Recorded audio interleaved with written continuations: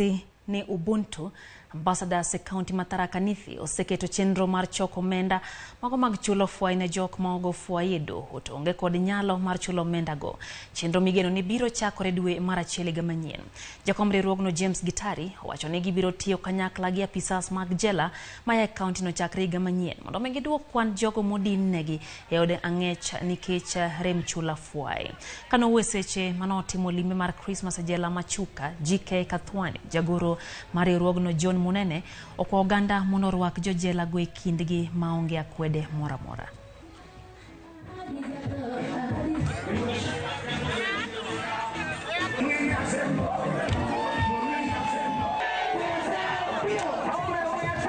Today we are very happy to be here at Chuka Prison, Kadhwana, and we really thank Officer in Charge, Bwana Barayo.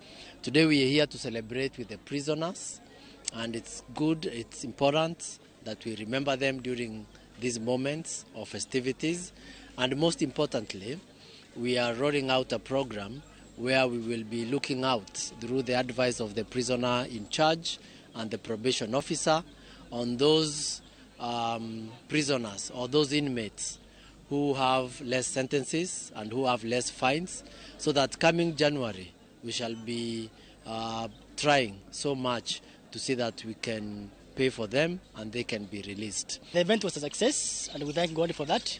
And we thank everybody who joined us, because that shows the Ubuntu spirit. We have shared with these people and they have assured us that they have changed and they are ready to get out there and interact with the community and bring positive impact into the community.